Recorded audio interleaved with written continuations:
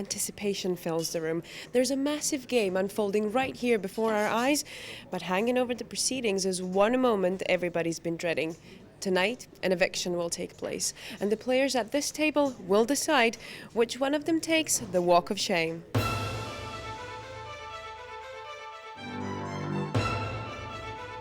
The big game started with a star-studded cast, including WSOP bracelet winner Jennifer Tilley, cash game player Dusty Schmidt, internet whiz kid Isaac Haxton, WSOP bracelet winner Robert Williamson III, high-stakes player Viffer, outspoken online hotshot Luke Schwartz, former Irish Open champion Neil Channing, and top female pro Lawrence Grandine.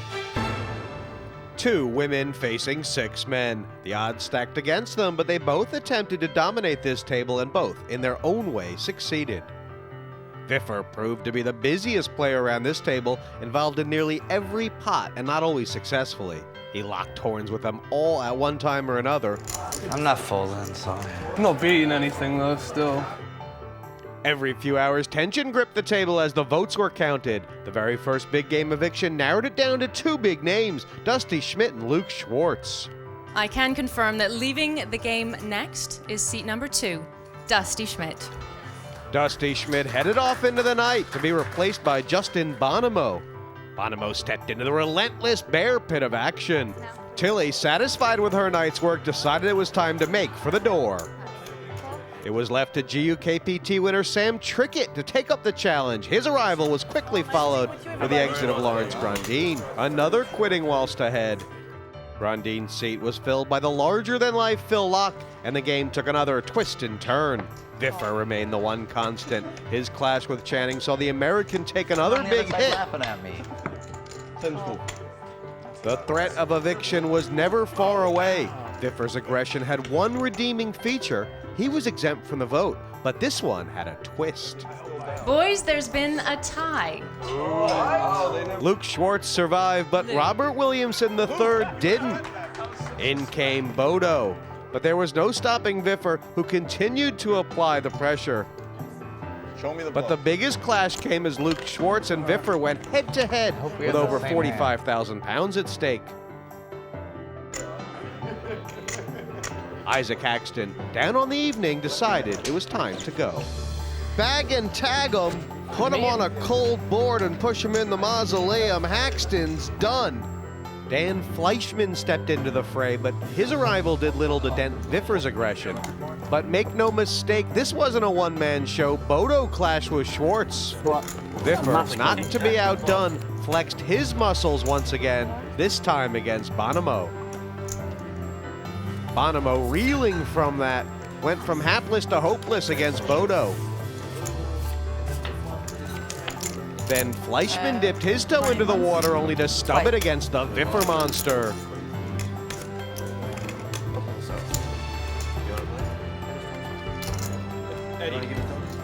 Bonomo's evening went from bad to worse, Channing's king sealing his fate.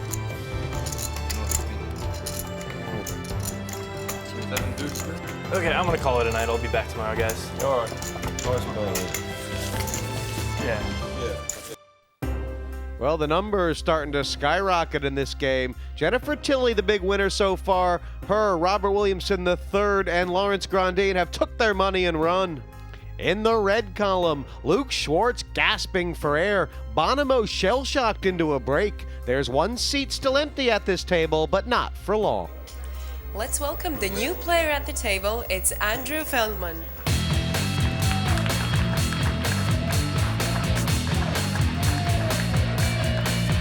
In 2007, Andrew Feldman burst onto the poker scene with a stunning win in the UK Open.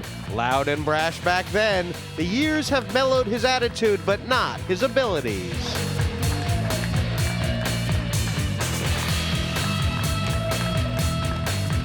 I'm feeling quite fresh, going to play quite aggressive. I think I've got a pretty tight image, so I'm going to play on that and just try play my best poker and hopefully be as successful as I was last year. Feldman, now the biggest winner last year in the Poker Den, the big game. And back for more this year, James. And the kilt, obviously, because Feldman is a Scottish name. Yeah, I don't know too much about why he's wearing kilt, but As we saw with Bonomo, you know, Feldman's been up here in the box for a while. He knows quite a bit about all the other players. Does a kilt mean something? And what is it? It's just what it just means you have no underwear. Besides that, what is it? Does it mean anything? Is there I don't know. symbolic? so that's what I don't know what I've Scottish people like got. to They wear. just made it for me now. So. 100 years ago, whenever they were wearing kilts, probably longer than that.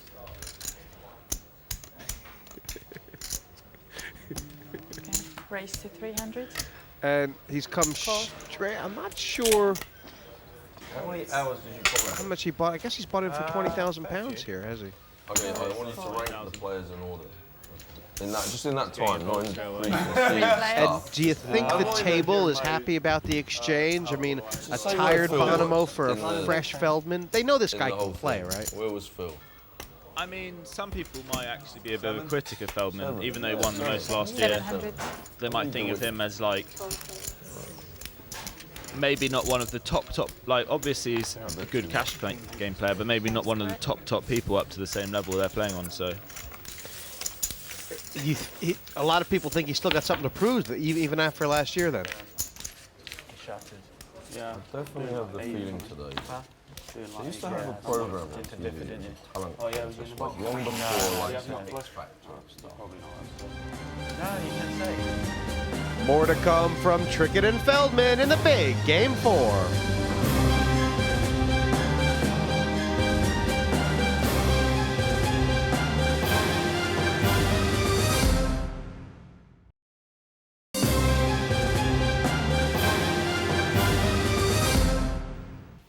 Welcome back to the big game. 48-hour cash game with a cast of top pros coming and going, but some remaining.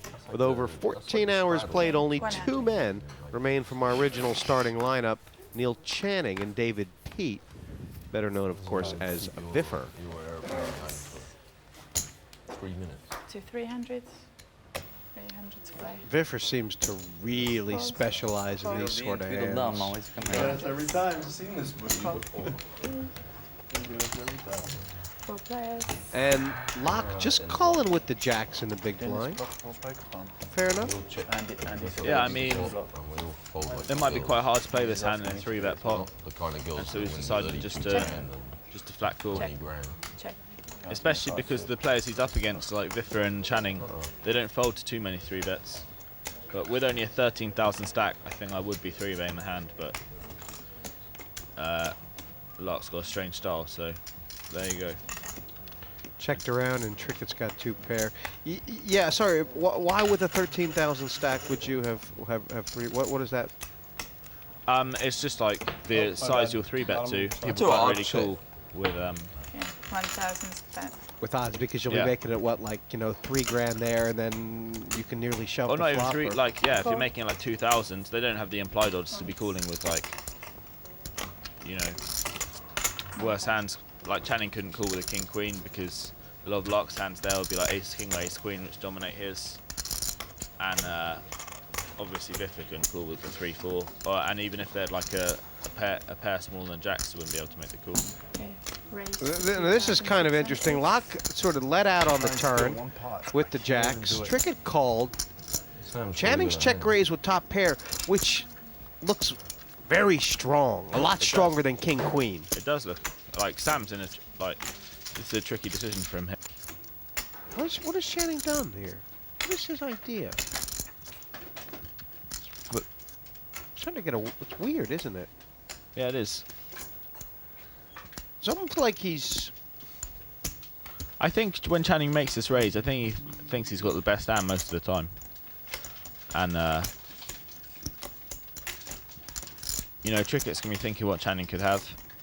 Obviously, he's like 5-7's like a strong possibility. Set. I mean, even 3 Yeah. 4s right now, right? I mean, you know, hit the set on the turn, flop the set.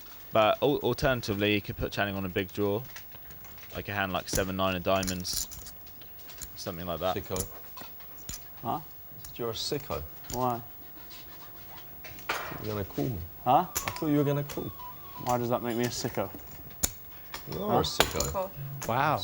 Channing's talked him into the call. And Channing's been able to talk everybody into doing what he wants. I think Trickett. To be honest, I think Channing wanted the call. Really? Why did you re-raise so small? He thinks he's winning. I think he does think he's winning. I didn't think it was that small. But that's a bad river card for Neil. If he puts Trickett on the draw. Or maybe 200. he's bet 2. Two bet. Yeah, very nice. Weird. Yep. So Trickett got talked into winning. Looks like it. Why would you raise again? I'd raise that. Just because you just seen I've got a6 and you got a king. Feldman sees the hand. Says I would raise. Hold out all kings. No, the river. Well, chips on the table. Bodo's picking right up where he left off last year. He was a star in the last big game and is the big winner sitting in the seats right now. Viffer and Channing exerting their influence. Everyone else behind, especially, of course, Luke Schwartz. I like that 200 bet. I thought he was betting $2 grand. I was going to be in a spot. Couldn't see Trickett calling there at all. I actually... He liked that 200 bet as well. I thought he had to fold that turn almost all the time. I think I don't know. against Neil, I think it's going to be pretty tough to raise that river and get called by worse. But I think Neil had kind of the only hand that Trickett could get called by. Okay, raise to 3. But I don't know how he could have put Neil on King Queen after he takes that line in the hand. So I have no idea how he was meant to, like, that's the only hand like he can really get called by. And I don't know how he can put Channing on that hand. So Yeah. I guess Feldman must just be too good. Maybe I should No, it was. I mean, lead out anyway. I would have called. I'd love to hear what Neil says about that hand, because I just wonder if part of the reason he check raised there was after seeing Locke and Trickett act, he decided neither one of them was that strong. But I'm not sure if he thought he had the best hand or not. I mean, I don't know. Check. I don't. What do I know? Check.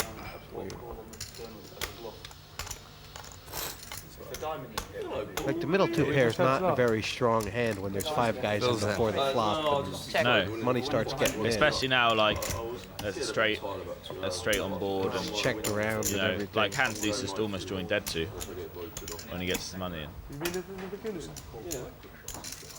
Yeah. 600 to play. 600 to play. Call 600. And Could have found a call here with a third pair. is he bluff catching, or is he going to be bluffing later on? I'm not really sure because normally Phil plays relatively snug, but Phil's probably, I mean Viv's probably played a lot more still than I have, so 1600. I don't know if he's still a little bit tilted from the hand earlier with Neil. Well, this bet's quite mad here that Locke's making, because, I mean, couldn't Viffer have a king here? You know, check the flop was checked. Locke's bet the turn and gotten called. I mean, what is this bet about? I mean, I think Locke probably thinks most of the time Viffer's going to have like an inferior 10 or maybe a hand like ace-8, and like some of the time he will have a king, but probably make up for it by the time he has a worse hand. So No. It's a calling station that's ahead 20,000 pounds. wow. I mean, he has been playing for over 12 hours here, so. Oh yeah, it's right. I mean, he's got a reason. I mean, it's always more than it looks like, right? Pair 10. Put that in the camp. Oh no, needle coming. Yeah. I think there is so much needle in this game, James. This has gotten so personal. It really is. There's a lot of big egos on the table as well. If Annette talks about that specific hand, like I don't think Viffer's too happy with those last few hands. May 8th and 9th. Okay. Straddle on 6. Because I mean, there is this feeling all of a sudden that he's kind of gotten taken. What do they say? Taken to Value Town by the 2 guys at the table who he would say cannot possibly do that to him? Raise to 325. And nice looking hand. Goal there. A lot of pre-hands actually in this. I thought Phil had the King Jack of Spades. Oh, he does have the King Jack of Spades. And I think, you know, that was Feldman's almost trapped by principle there because, you know, 325, he's one off the button. He's got a beautiful suited connectors. I mean, aren't you in love with those cards in his position? Yeah, No? I think that's just not the game Feldman It's just wants not to his play. game. But, wow. Isn't he going to regret that? My God. It would have been quite a good, reasonably good flop for him.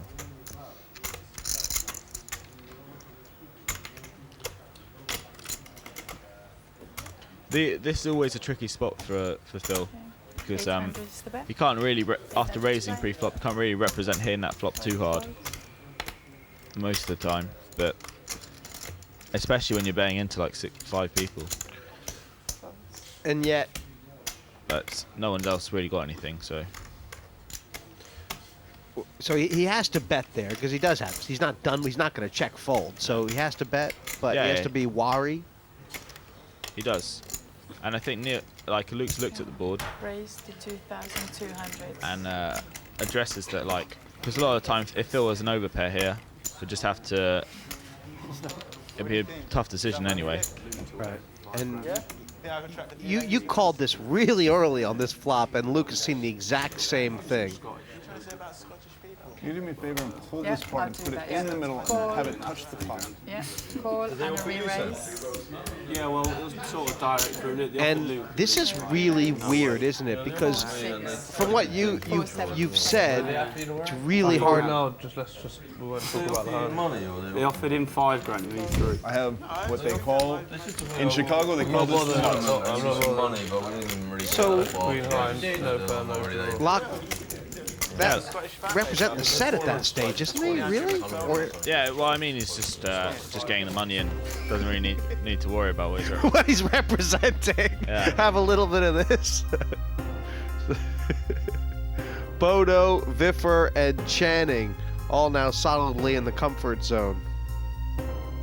Wow, Channing's gotten hold of a bunch of money. Phil Locke's almost even after those last few hands. Get lucky, innit? Get a big hand in the big straddle. No, I mean, I don't know if your cash game style is like your tournament style, but if it's anything like it, James, you do have more of sort of a Luke Schwartz style than anyone else. I mean, you play lots of hands and get yourself out on a few limbs at times. Yeah, I don't think it'll be like I played quite an open game when I was in Ireland because I was really trying to play for the win. And like this game, I'll probably be it. Not quite as open as it was there. That was my prediction. Well, Viffer's opened this to 600. I think there's like a 100 and a 200 straddle out there. 600 total. Yes. And that's... Oh, okay. 3 players in. I'm not sure if Trick had opened this for 200 or straddled for 200. Either way, we got action. 2, 9, 5. Is Luke's hand too strong to check fold, or is it too weak to do anything else? Check. I don't know, he might start thinking he might have the best hand now. After if the checks it back. I'm so upset I'm going to storm off. Check. Not come back. Yeah, it's a really good card for Sam to bet. 1 hour, guys. Why is that? Like he can just represent a lot of kings in it. You know, doesn't look like anyone's got too much. Viffer, like hands that Viffer checks back. Includes some kings, but more often than not it'll be. Wow, this looks like he's making a play at the pot. Call. Yeah, you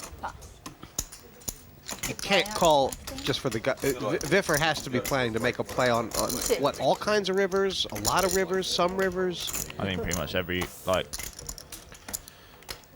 Every river that's not a 10. Yeah. Every river that's not a 10, he'll bluff. And he'll still get chips in when it is a 10. So.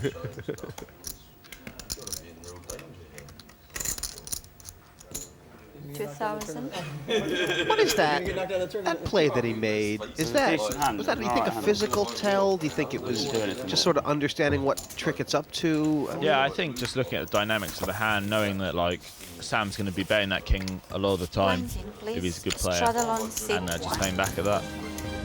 More to come from Trickett and Viffer in the big game 4.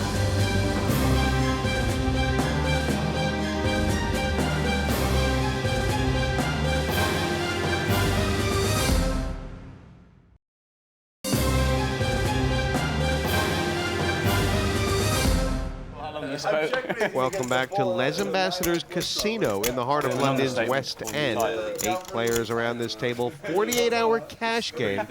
Joining me in the commentary box is James Mitchell. I mean, you know, to be fair, you did take 6,700 off me. I mean, I don't know whether you care about it, but it's for you. Raise up to 300. Call. And this is a spot that I'm sure Fleischman hopes to cash in on, or catch someone raising around the back. Yeah. I mean, you won't be upset if I vote you off. A lot of the players to his left actually are people that make a lot of smooth calls, like why are you wearing that hat like that? Neil and Phil and Viffer. They're not always squeezing in position as much as other players. There is Luke there. I thought they played the wrong thing. Anyway, Feldman's relatively tight anyway, so I don't think he minds any peeling. 10. Interesting flop. King. Check. Right. You're just not really sure how happy you are if you're Fleischman. Yeah. Kind of just because the way he played that king-queen before, that 1,100. rather than play it safe, he might just be in a hurry to get all the money in and then see if he's ahead or not. Well, no one's got a diamond here, so I think it's just going to be folded around.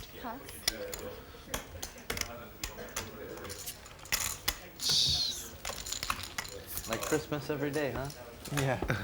I mean, I've never met Dan before, but he seems quite well known and popular with these guys running a poker site. But I do get the feeling that, you know, the real deep stack game is not. He's not that comfortable, if you know what I mean. Because a lot of people aren't. The little square one. Big blind. I've never seen anyone with 7 deuce for a few rounds. I was just thinking about that. Proper tilted me. So I raised the button, I got a deuce. Like no one's even gotten a chance to play it. Criminal. I'd have had ace 3s, I had ace deuce, if I'd have ace 3. They're talking about the 7 deuce right now. They're sort of agree. They're saying we haven't seen it in a while. But it will still be on the back of their minds.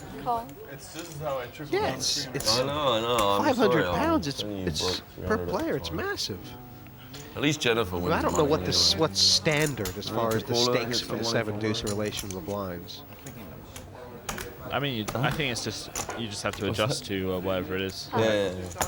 Call. 300. Yeah, I was saying that ages ago. It's the only choice. Viv, can I ask you a favor? Thank you very much. Done. And 5 players in. you know, been a raise. A bunch of people are called. Can I ask you a favor? Viffer's raised early position with the 5-3 of clubs. Flop's top 2 pair. 3, Easy check, game. 5. Check. He's cute. Well, Fleischman's got 2 overs and nut flush draw. 11. and lock, top pair, top kicker. Pass. And what? Call. Try this one more time. I'm all in. 3 raises all in. I think it's gonna see Viffer probably put Phil all in and I call. Oh, Call. Well, Viffer's just called here. I mean, Said I call. Oh, there's still somebody in the hand, guys. yeah, relatively easy lay down after all this action. it is. I already put the 11 in. I know, it's on here, but just so Viffer I be can... pretty confident he's ahead after seeing probably Fleischman's seen the last I hand, right? Yeah. You want to go twice? Oh, yeah. I just have No, I have big diamond. Ace Jack. I have 2 pairs. Fold that. I'll put all in. All And in. Just run it twice. Viffer's in a much stronger position this time with the run-up than he was last time against Dan Fleischman. I see if Fleischman can try and... Yeah, hit it. Come on, give it to him twice. Yeah, the Jack's a diamond. I'm probably going to hit a diamond Just the first once, time, yeah. though. Twice. Well, you wouldn't begrudge Dan at least half the pot. Wouldn't begrudge Dan the whole pot, would you? Yeah, you want to? I mean, he's obviously not got as good a hand as Viffer had near his draw because he could hit the ace as well. He's got a few backdoors. We're gonna run it twice, all right? Thank you. No way. Yeah, I'm gonna hit it. I'm gonna finally hit it. That's a 7 deuce. Sure, 7 deuce. You want? Yes, you whatever. Dan's confident. Yeah. Well, it was just what I meant about. Oh wow, he hit it straight away. Now don't hit it now. Right? It'd be a bad river for the second run out. Oh my god. Oh wow, that's even worse. Oh gosh. Oh no. Pretty ugly. No, turn in river. Turn on river. Wow. He just got rocked. Now he's at. If he doesn't hit here, he's gonna lose the whole thing. Justice, I guess. But just sort of the idea about maybe not being ultra comfortable playing deep stacked. It's just that massive check overraise on the flop. Kind of like, you know, and he just called that bet. Yeah. He's getting huge. Is he getting on huge? Is he winning a much bigger pot? Well, I think he'd probably win a smaller pot, but at least he'd win the pot rather than this way. He'd end up with his money back. Right. Yeah, or he would have gotten checked around on the turn. And he would have lost his entire stack on the river. Yeah, the worst result possible.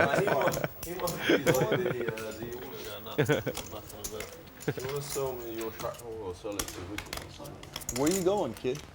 Hotel just there. You know what? I think it's quite a clever move by Luke. Actually, the game, maybe the game's not as good as it was a little while ago. Although. He just had that seat to the left of Viffer. People have been drooling about that seat. Yeah, I think that's gonna be my seat. So. How much you want to bet one of these players is going to ask to move, to change seats? Not allowed, of course. But he's not allowed. No, of course not. But somebody's going to ask. Free raise up to 1,050. Well, maybe the seat was a lot better earlier in the night or day. 1,050 You total. go. You gotta go put in the unlucky chips in? Yep. Well, how much? Channing's in the straddle spot. It was the re-raise to a grand by Bodo on the button. 3 players in. Little tired. Long flight. Does Channing think he's ahead? Sometimes, a lot of times, all the time, never? I don't know. Like, to be honest, I don't know how much Channing's played with Bodo. 5. Check. Well, all last year, you know, so. Check. But. Everybody check. Yeah. Yeah. Well, quads for Phil, but it's gonna be hard for him to get any money out of this. Still too big a hand to bet, or in his mind, too big a hand not to get some money in? I think he's got to try and bet here. Yeah. 1,800. Sometimes weird things happen when you start betting, right? Yeah, I mean, Bodo could make a play here trying to represent aces full, but I don't think he's going to try. He seemed to have a really good read on Phil earlier.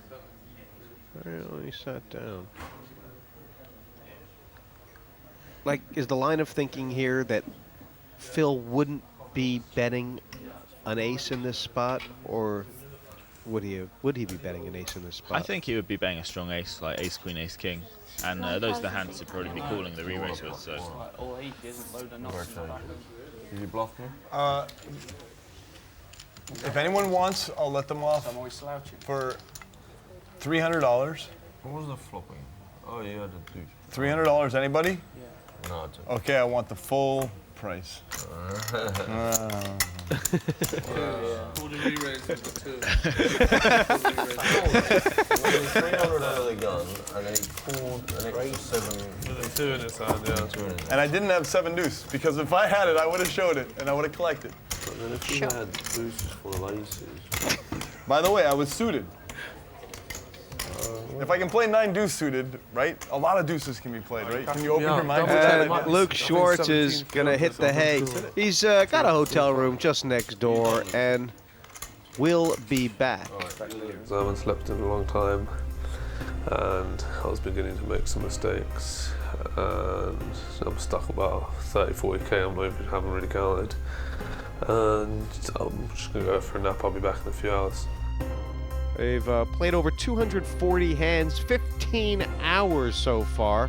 Still plenty more to go, and Viffer tightening his control on this table.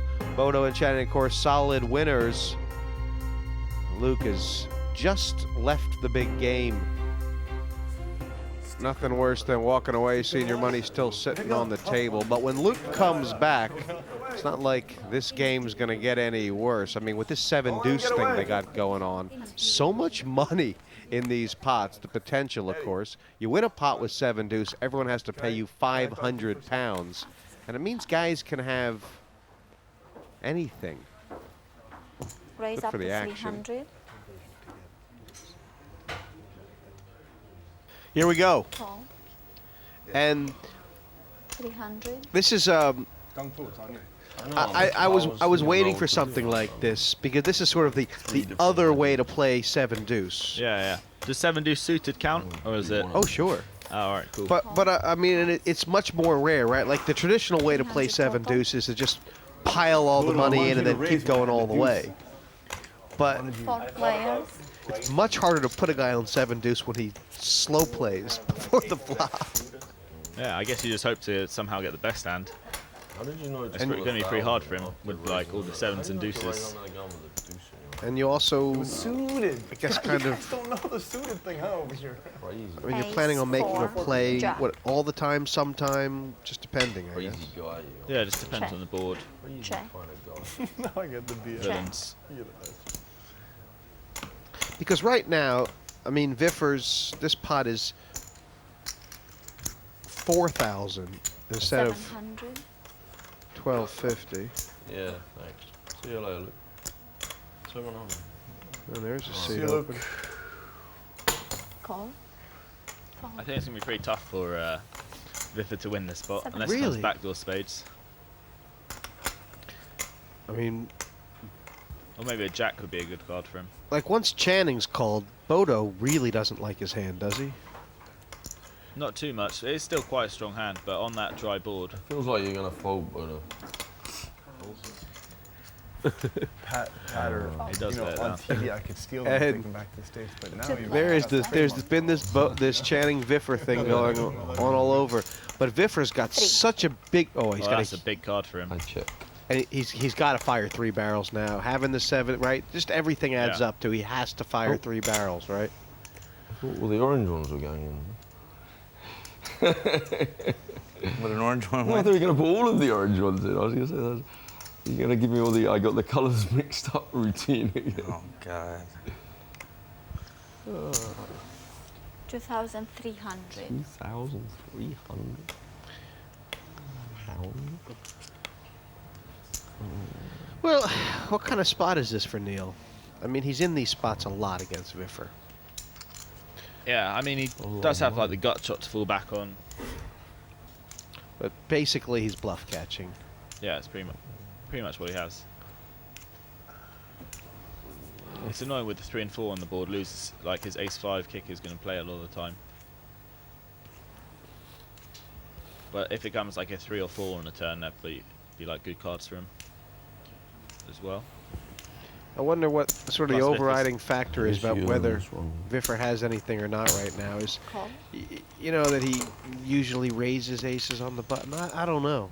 Either way, Viffer is sort of locked in, right? He is locked into having to bet this river. Well, Queen. it depends what it is. Check. You got a Viffer. There's 11,000 in there for you. 4,000. Boy, he didn't really sell that to me, but I know we know what he has. What about you? He looked one way, bet the other. He looks sick. He looks sick. He gave Channing a pretty weird look as well when Channing made the call on the turn. I'll tell you one thing. Channing doesn't put him on the 7-deuce. I mean, he's definitely disguised that hand well. Yeah. Such an unbelievable. Well, wow, is he gonna make? Wow, that'd be a great call. How much is in there? Just spread it out for me. The table will love them to make a call. Yeah, they will. I knew how much was in there. What else you tell you? And, I mean, Channing's good at this. This is, you know, part of his game, that you give him a tricky decision. And wow. How do you talk yourself into this? Right? I mean, against so many players, he just is never, ever, ever, ever winning. He loses to all aces apart from ace deuce. He's going to call. He's going to put him through the stew pot for 8 minutes, torture him, call, and then stick the needle in his ribs.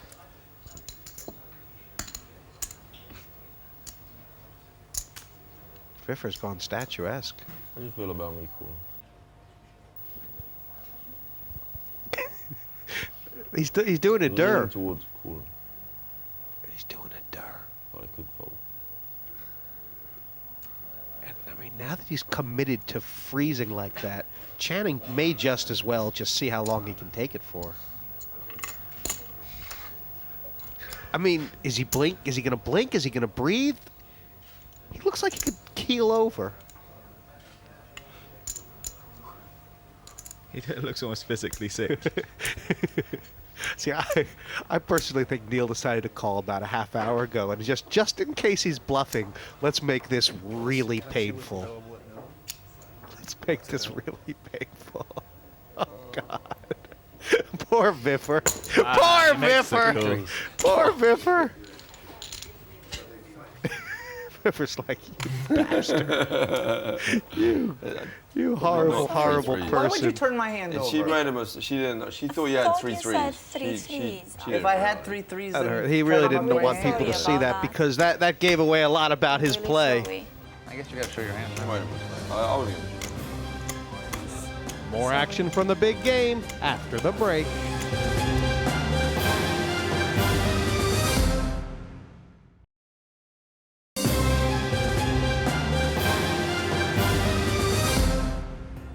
Looking at the chips on the table, Neil Channing takes a while to get warmed up, but now he's in gear. 25,000 pounds ahead, big stack in front of him. Bodo and Viffer have dropped back a few peanuts, nothing to be worried about. And with Luke Schwartz gone from the table, Dan Fleischman, the biggest loser currently on the felt. Trickett's having a rough ride of late. As you can see, our leaderboard shows there's one seat empty, but another waiting with 10,000 pounds to play in the big game. We'd like to welcome our new player. It's Simon Muntz.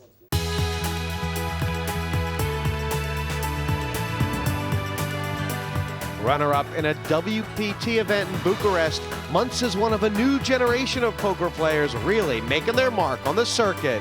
Tonight, he ventures into the big game.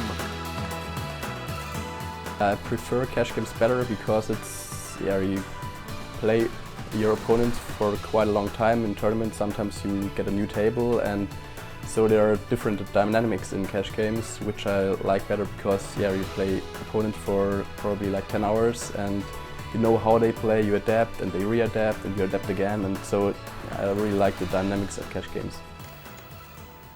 Big entrance for a big man. Simon Muntz here with 10,000 pounds. Just had a result over in Romania, Bucharest. Yeah, WPT Bucharest last month. Got a second place finish there. But he's primarily a London-based guy, you think? Yeah, that's, I think, like his only major tournament result. 3 to 5? Maybe. I don't know too much about him. Don't even know where he lives. So, and kind of dark horse, maybe. Yeah, and coming in the sunglasses and the hoodies, he seems like a guy who is looking to just be sort of, like the headless horseman type poker player. Spooky.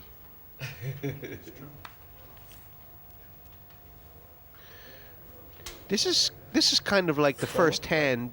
Yeah, this is a big sort of indication on how he wants to play, right? The guy who everybody knows is the loose cannon does a standard open and you find the ace-10. What did you do there, by the way? I know, that's like, I probably cool. But I don't mind getting involved straight away. Because if you don't know what you're going to do when Viffer makes it 300, your very first hand, you find the ace-10 suited. I mean, it's just like it's so going to happen to you. Yeah. Well, Phil Locke's made a squeeze play here with the king-8. And there is a lot of thought to this squeeze play, right? I mean, in the sense that the only reason I might not be so willing to make is people might get a bit stubborn, think he might have 7 deuce or hands like that. Okay, right. I was thinking he's looked at Muntz and just realized that Muntz is not like didn't really want to get too involved his first hand. What did you do, by the way, with the ace-10 when Locke squeezed you? The very first hand, because you're going to be in there. To be honest, I'd probably play it the same as Muntz. Like, Phil Locke's relatively tight when he gets a lot of money in the pot, so... One of your players? Re-raise. Yeah, Up to 13,000. They get a drink in case he does it good. I didn't want you to do that. I just wanted you to fold, I guess. And how, Folding would have been better for me. He's put so much money in here, Viffer, with air. I mean, it's just a great read. It's a great read. Is that what it is? God, what does the guy got to do to get paid off around here? Oh, I thought I had deuce 7. Viffer still proving to be the most aggressive player around this table and the most likely to be excluded from the upcoming eviction. The moment everybody's been dreading has arrived. The third eviction of the Party Poker Big Game is about to take place. The players exempt from this vote are Andrew Feldman and Simon Muntz, and our most aggressive player, David Viffer. Please take your cards and cast your votes now.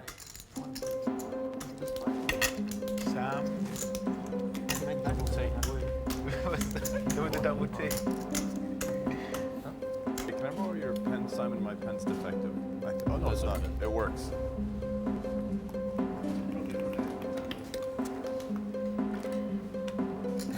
That's fine. Final answer. The votes have been cast. Staying with us, Sam Trickett. You're safe. Andrew Feldman. Obviously, you're also safe. Thanks. Dan Fleshman. You're also safe. Bodo Zabresny. No bad news, please. It could be you. It could be you lying. David Viffer. Once again, you're the most aggressive, so you're safe. It only cost me how much? No. Simon Muntz. You're also safe. Neil Channing. It might be you. Oh no. It's got sweaty. Such a sweat. Which means that Phil Lack is also safe. Wow. And tonight, I can reveal that the player now leaving is Bodo Zabresny. Unlucky Bodo, but they just think he's too good. He's destroyed this field, and you know he's going to be back on the list to get in later. Bodo, what'd you win? 35? Well played. 20,000 pounds. 15? Hey, they only want the losing players here. For the second year in a row, Bodo is tearing apart this field. You know, this is all he does. And I think he'll be back. The rest of the year, he doesn't do anything else. I mean, I was a bit lucky because I had a few hands like the ace-5 suited where I hit the flush on the turn or the king-queen against Luke Schwartz. And yeah, it did good and I had the hands to play that well. So I'm happy with the 18,000 I won. Straight after the eviction of Bodo Zabresny, we'd like to welcome a new player, James Mitchell.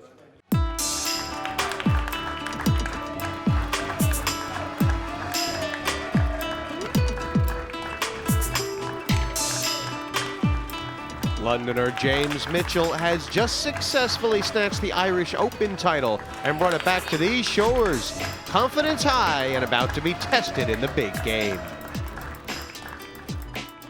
When I play at the table, I'm probably a little bit reserved. I'll talk a little bit, but not when I'm in a hand. And I'm probably going to go for the kill straight away. I'm not going to be waiting around too long. James Mitchell coming in for £10,000, and that's because it's only a week ago that he became the latest Irish Open champion. And when have we had a big game with 2 Irish Open champions at the table? Oh, I believe Dan Fleischman has decided it's time to go a Heidi-ho.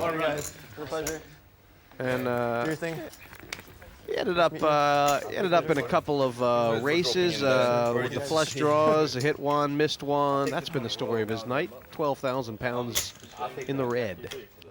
So it's been pretty tough. I'm sitting with a table full of pros, and I'm not exactly a professional poker player, so it's really exciting and fun. But there's been a lot of wild moves going on, and I've been all in twice already, so it's been pretty erratic. Couple players starting to rack up the wins, but no one's won more money than Jennifer Tilley so far. Her £32,000 is locked down. Channing, Bodo, and Viff are on the table and making noise. On the other side of the coin, Schwartz and Bonomo aren't going to win any awards for this performance. Dan Fleischman's left the table, losing £11,000. Always a long line of players waiting to take their chances in the big game. Next time out, turn to the Swedish pro, Oscar Pardo. Cash games is very much depending on your bankroll, so the stakes here are mostly higher than that I'm accustomed to, and the players should be of a higher level than I am. So I guess I will be trying the waters and choosing my spots and trusting my instincts, and if it doesn't work, I will have to get lucky.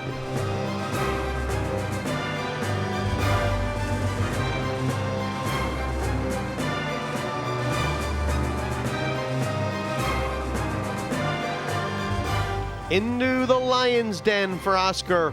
Waiting for him, Viffer, Feldman, Channing, and of course, Phil Locke. The man they all want to break in the big game 4.